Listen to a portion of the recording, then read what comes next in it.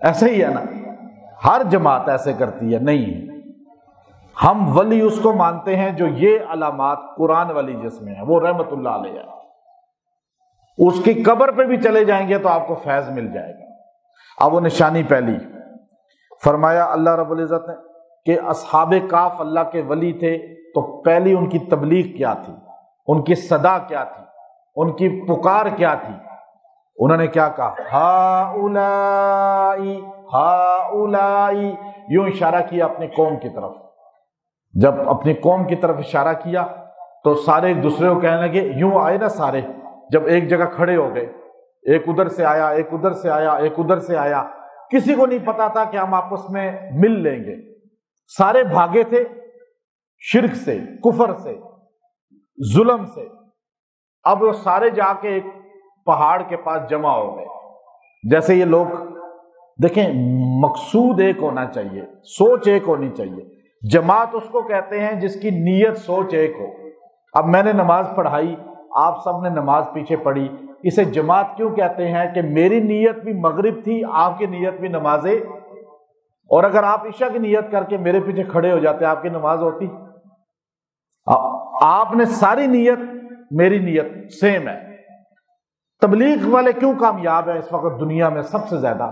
تبلیغی جماعت، کہ وہ جب نکلتے ہیں نا ایک جگہ جمع ہوتے ہیں، کوئی ادھر کا کوئی ادھر کا، یہ اصحاب کہف کی ایک نشانی ہوتی ہے۔ پہلی نسبت ان کو مل جاتی ہے اصحاب کہف کے ساتھ، کہ اصحاب کہف بھی ایک دوسرے کو پہچانتے نہیں تھے بہت زیادہ، کوئی ادھر سے آیا کوئی ادھر سے آیا، لیکن مقصود ایک تھا کہ ہم غلط چیز سے بچ جائیں۔ اب لوگ تبلیغ میں کیوں جاتے ہیں؟ کہ ہم غلط چیز سے پیسہ کمانے تو کوئی نہیں جاتا۔ اب جب وہ بھی ایسے ہی نکلے، اچھا وہاں جب جمع ہوئے انہوں نے کہا بھائی تم کیوں آئے ہو، تم کیوں آئے ہو؟ تو ساروں نے ایک ہی بات کی، یہ ہے جماعت۔ آج دنیا میں جو بندہ یہ کام کرے گا وہ اصل میں وہ ان ولیوں کی نقل کر رہا ہے، ولیوں کا اصل ترجمان ہے، اور وہ اس وقت پوری دنیا میں ایک جماعت ہے جو یہ کام کر رہی ہے۔ انہوں نے کہا ہؤلائی، ساروں کا یہ نعرہ تھا، ہؤلائی، یہ ہماری قوم جو ہے نا، ہؤلائی، یہ جو ہے نا، یہ جو بستی ہے، اس کا نام انہوں نے جو بھی رکھا۔ اچھا اب کہا کہ یہ جو بستی ہے، یہ جو گاؤں ہے، یہ جو شہر ہے، قومنا، یہاں ہماری قوم بستی ہے، ہماری برادری، ہمارا خاندان، ہمارے جیسے لوگ، لیکن ان کے اندر بڑی غلطی ہے۔ اتخذوا، انہوں نے بنا لیا ہے، من دونہ آلہہ، اللہ کو چھوڑ کر کوئی اور خدا، مشکل کشا، حاجت روا، یہ شرک کرتے ہیں۔ لولا یاتون علیہم بسلطان بین، ان کے پاس کوئی دلیل نہیں ہے اپنی بات کو ثابت کرنے کے لیے کہ مشکل کشا اللہ کے علاوہ بھی کوئی ہے، حاجت روا اللہ کے علاوہ بھی کوئی ہے، اور اللہ کے علاوہ کوئی ہے جس کو سجدہ کیا جائے، پکارا جائے، یہ کوئی دلیل نہیں۔ بس کہتے ہیں جی ہمارے باپ دادا ایسے کرتے تھے۔ میں کہہ رہا ہوں نا بادشاہ میری مانو، نہیں آپ دلیل دیں نا۔ کہتے ہیں لولا یاتون علیہم بسلطان بین، ہر مشرک، ہر غلط، ہر باطل قیامت کی صبح تک اپنی بات پہ کبھی دلیل نہیں دے گا، بل لڑائی کرے گا، گولی مار دے گا، جیل میں آپ کو پھینک دے گا۔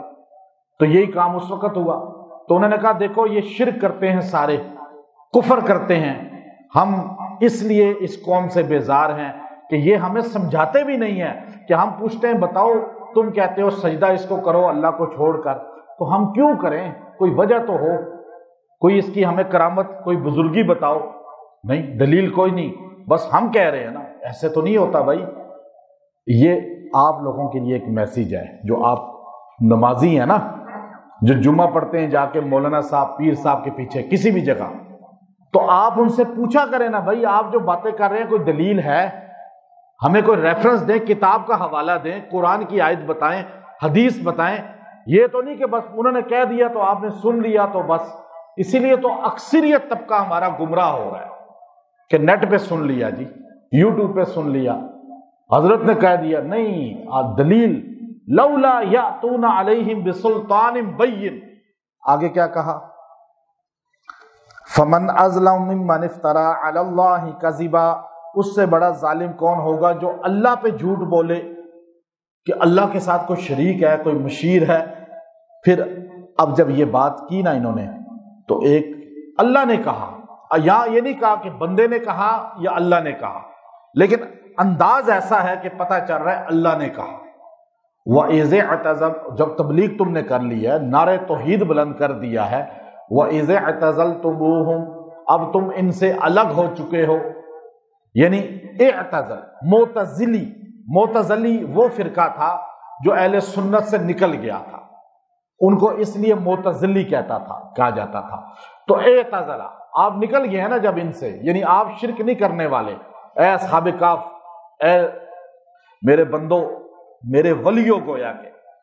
تو کہا وَإِذِ اعْتَزَلْتُمُوهُمْ، تم ان سے ہٹ چکے ہو، تم ان سے ہٹ چکے ہو، وَمَا يَعْبُدُونَ إِلَّا اللَّهَ، کہ وہ عبادت کرتے ہیں اللہ کو چھوڑ کر، اور تم اللہ کی ہی عبادت کرتے ہو، تم توحیدی ہو، وہ مشرک ہیں، وہ غلط رسومات میں پڑے ہوئے ہیں، اللہ کے ساتھ شریک بناتے ہیں، اب تم ان سے الگ ہو چکے ہو۔ ایک کام تم نے کیا ہے، ایک کام تم نے کیا ہے کہ تم نے ان کا ماحول چھوڑ دیا، تم نے ان کی جگہ چھوڑ دی، تم نے ان کا محلہ گاؤں چھوڑ دیا۔ اب میں ایک کام تمہیں کہتا ہوں، وہ میں کروں گا، اللہ کہہ رہا ہے۔ تم نے وہ کیا جو تمہارے اختیار میں تھا، اب میں وہ کروں گا جو میں چاہتا ہوں اپنے نیک بندوں کے ساتھ۔ وہ کیا ہے؟ فَأْوُوا إِلَى الْكَهْفِ، آپ چلے جائیں اس غار میں۔ یہ غار اللہ ہی نے ان کے دماغ میں ڈالی۔ فَأْوُوا، چلے جاؤ، إِلَى الْكَهْفِ، اس غار کے اندر، يَنْشُرْ لَكُمْ رَبُّكُمْ مِنْ رَحْمَتِهِ، وہاں تمہیں ڈھانپ لے گی تمہارے رب کی رحمت، تم پہ اللہ کی رحمت برسے گی، تمہارے اوپر آ جائے گی رحمت۔ اور پھر وَيُهَيِّئْ لَكُمْ مِنْ أَمْرِكُمْ مِرْفَقًا، اور اللہ تعالیٰ تمہارے کاموں میں، ہر کام میں سہولتیں پیدا کرتا رہے گا۔ تم نے بہت بڑی قربانی دی ہے، ساری اسٹیٹ، ساری حکومت کے خلاف تم نے کھڑے ہو کر علم توحید بلند کیا ہے، تمہارے علاوہ اور کوئی اللہ کا توحیدی بندہ اس ملک میں نہیں ہے، لیکن ساری دنیا ایک طرف، میں اللہ کہہ رہا ہوں میں تمہارا ساتھ دوں گا اور تمہارے لیے سہولت پیدا کر دوں گا۔ قدم تو اٹھائے نا، ایک محنت تو کرے نا کوئی۔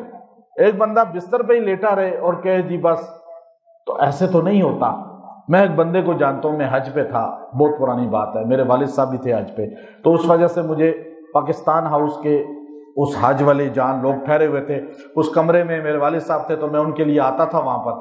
تو وہاں ایک بابا لیٹا ہوا تھا، پر ادھر ہی نہ طواف زیارت، بالکل جو ہے نا ضعیف تھا، تو بھیج دیا پاکستان سے اکیلا، اور نہ اسے کوئی حج کرائے نہ کچھ۔ ایسے غلط ہمارے لوگ ہیں کہ ٹریننگ نہیں، ایج نہیں، قوت نہیں، طاقت نہیں، بیچارے کو دھکیل دیا، ایئرپورٹ پہ بٹھا دیا کہ حج کراؤ بابا جی، آگے کیا ہونا ہے، مشقت ہے بہت بڑی۔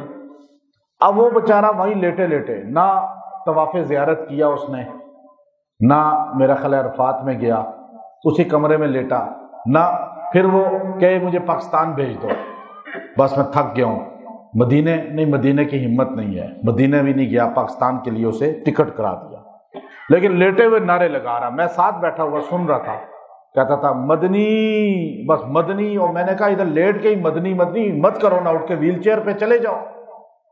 اب دیکھیں نا، ہمت کرے نا، ویل چیئر والے کو پیسے دے، مدینہ چلے جائے، ٹیکسی والے کو پیسے دے، لیکن ادھر سے بس نعرے لگا رہا، مدنی، مدینے والے بلا لینا۔ بھائی بلایا ہے نا تمہیں، یہاں لٹایا ہے، تم نے طواف بھی نہیں کیا، تم نے عرفات بھی نہیں کیا، اور نعرے، ہماری قوم نعرے لگانے کی بڑی شوقین ہے، لیکن پریکٹیکلی توحید کے لیے، عقیدے کے لیے، اصلاح کے لیے، اعمال کی اصلاح کے لیے آپ پہلا قدم اٹھائیں اور یہ دعا پڑھیں۔ آپ کو کوئی گناہوں میں دھکیل رہا ہے، آپ کو کوئی شرک، کفر کے اندر، رسومات، بدعات کے اندر برادری مبتلا کر رہی ہے، آپ شہر چھوڑ دیں۔ اگر آپ پہ کوئی ظلم کر رہا ہے، آپ شہر چھوڑ دیں۔ اگر آپ کو وہاں پر جو ہے دین پہ چلنا مشکل ہے، آپ شہر چھوڑ جائیں۔ آپ کو اگر جو ہے رزق وہاں پہ تنگ ہو چکا ہے، تو آپ رزق بھی اگر آپ پہ نہیں ہوگا تو کفر کی طرف چلے جائیں گے، چونکہ نبی علیہ السلام کی حدیث ہے تو اب آپ یہ شہر چھوڑ دیں، محلہ چھوڑ دیں، گاؤں چھوڑ دیں، صوبہ چھوڑ دیں یا ملک چھوڑ دیں، اب جو بیرون ملک جا رہے ہیں، دوسرے شہر میں جا رہے ہیں، وہ یہ دعا پڑھیں، یہ ان کے لیے بڑی بہترین دعا ہے۔ اللہ ان کی مدد بھی فرمائے گا اور اللہ کی رحمت بھی شامل حال ہو جائے گی۔ اور خاص طور پہ جو لوگ مدرسہ پڑھتے ہیں، طالب علم ہیں، سفر کرتے ہیں، تبلیغ والے ہیں، سفر کرتے ہیں، کوئی بھی دین کا کام کرنے والے ہیں، سفر کرتے ہیں، وہ اگر یہ دعا جو ہے بہت ہی بہترین دعا ہے۔ اور آیت نمبر 16 ہے سورہ کہف کی، آیت نمبر 16 یہاں سے پڑھے 3 بار خالی روز پڑھ لے۔ فَأْوُوا إِلَى الْكَهْفِ يَنشُرْ لَكُم مِّن رَّبِّكُمْ اور رَبُّكُم مِّن رَّحْمَتِهِ وَيُهَيِّئْ لَكُم مِّنْ أَمْرِكُم مِّرْفَقًا۔ یہ اتنی دعا آیت کا حصہ ہے، یہ 3 بار خالی روز پڑھے گا تو اللہ تعالیٰ فَأْوُوا إِلَى الْكَهْفِ، گویا کہ آپ نے اپنے آپ کو ایک غار میں، ایک ملک میں، ایک شہر میں بند کر دیا۔ اب ینشر لکم ربکم من رحمتہ، اللہ اپنی رحمت آپ پہ نازل کرے گا۔ عقیدہ ٹھیک کر لیں، اصحاب کہف کو سامنے رکھیں۔ وَيُهَيِّئْ لَكُم مِّنْ أَمْرِكُم مِّرْفَقًا، اللہ ہر کام میں سہولتیں پیدا کرے گا۔ یہ روز 3 بار پڑھا کریں۔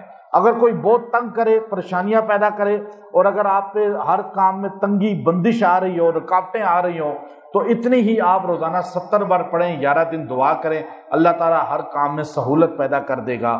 یہ اللہ نے اصحاب کہف کو کہا تھا، جو ان کی نقل کر کے اسی طرح دین اختیار کرے، عقیدہ اختیار کرے، اور پھر گناہوں سے بچنے کے لیے یہ پڑھے، اور دشمن سے بچنے کے لیے اور اپنے اسباب کی پیدا ہونے کے لیے پڑھے کہ ہمارے مالی اسباب پیدا ہو جائیں، اللہ اسی طرح مدد فرمائے گا۔ وآخر دعوانا ان الحمد للہ رب العالمین۔